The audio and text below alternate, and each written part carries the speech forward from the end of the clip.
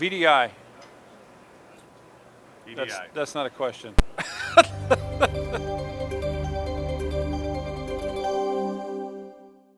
So VDI, it's one of these things where, we've talked about it for many years. It hasn't necessarily been this giant boon, here in North America, where there are certainly people deploying it, but it seems that you guys have continued to do well, and add headcount, even though, I don't know, the VDI world hasn't grown as much as you have. So, why do you think that is? Well, I smiled when you said VDI because I once had a CIO say to me that he believed VDI stood for a very dumb idea. And, the use cases have grown.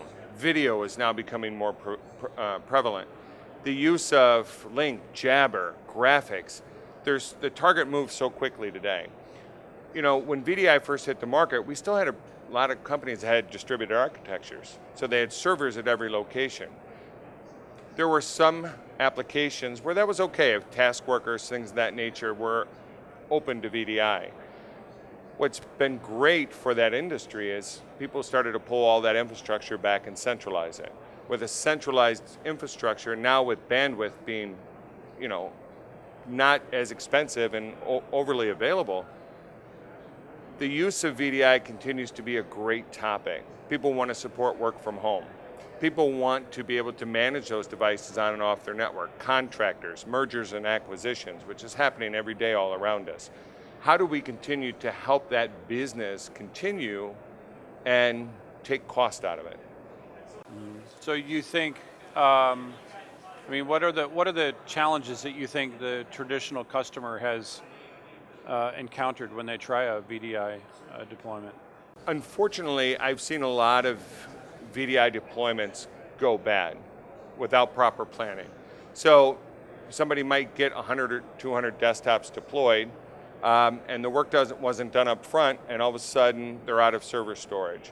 Or there's a belief sometimes that somebody needs a specific image for finance, somebody needs a specific image for HR, somebody needs a specific image for sales. Now we got image sprawl.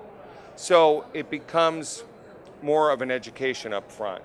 So if you're working with a partner that is not fulfillment more relevant in that space, that can help you with the testing, help you with the planning, and really whiteboard out that growth, it becomes much easier to deploy. And you can deploy that in phases and not have those issues that traditionally have come. And then having the forward-thinking discussions as best we can. Because if we're not asking today, somebody, in the next 24 to 48 months, are you considering using Jabber? And if you are, is it just for chat, or do you think you might go to video?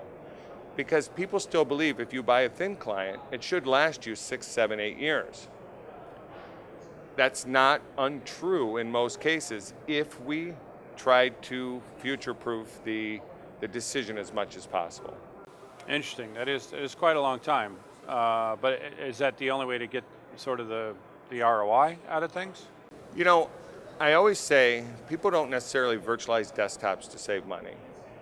Now, if you, in the last 18 months, if a company has addressed their storage, they've upgraded some network, there isn't going to be an exorbitant amount of infrastructure cost. You are going to see some savings because a cost of a thin client is far less than that of a PC. And the fact that it's going to last a lot longer. Now, we're not managing PCs, antivirus, we're not managing patches, Windows. It becomes so much easier. So there is some hard dollar savings, there's a lot of soft dollar savings. It just continues. Think about people that are doing 3D rendering, graphics artists, CAD CAM. They're spending $4,000, $6,000, $8,000, $10,000 for some of these PCs. Now with the advent of virtual GPUs, where they take all that graphic processing and put it on a server level, we don't need those machines anymore to sit out there that might do 3D rendering once or twice a week. We have the ability to do that on thin clients now. So $15,000 for a PC versus $400 to $600 for a thin client, that's some pretty good savings.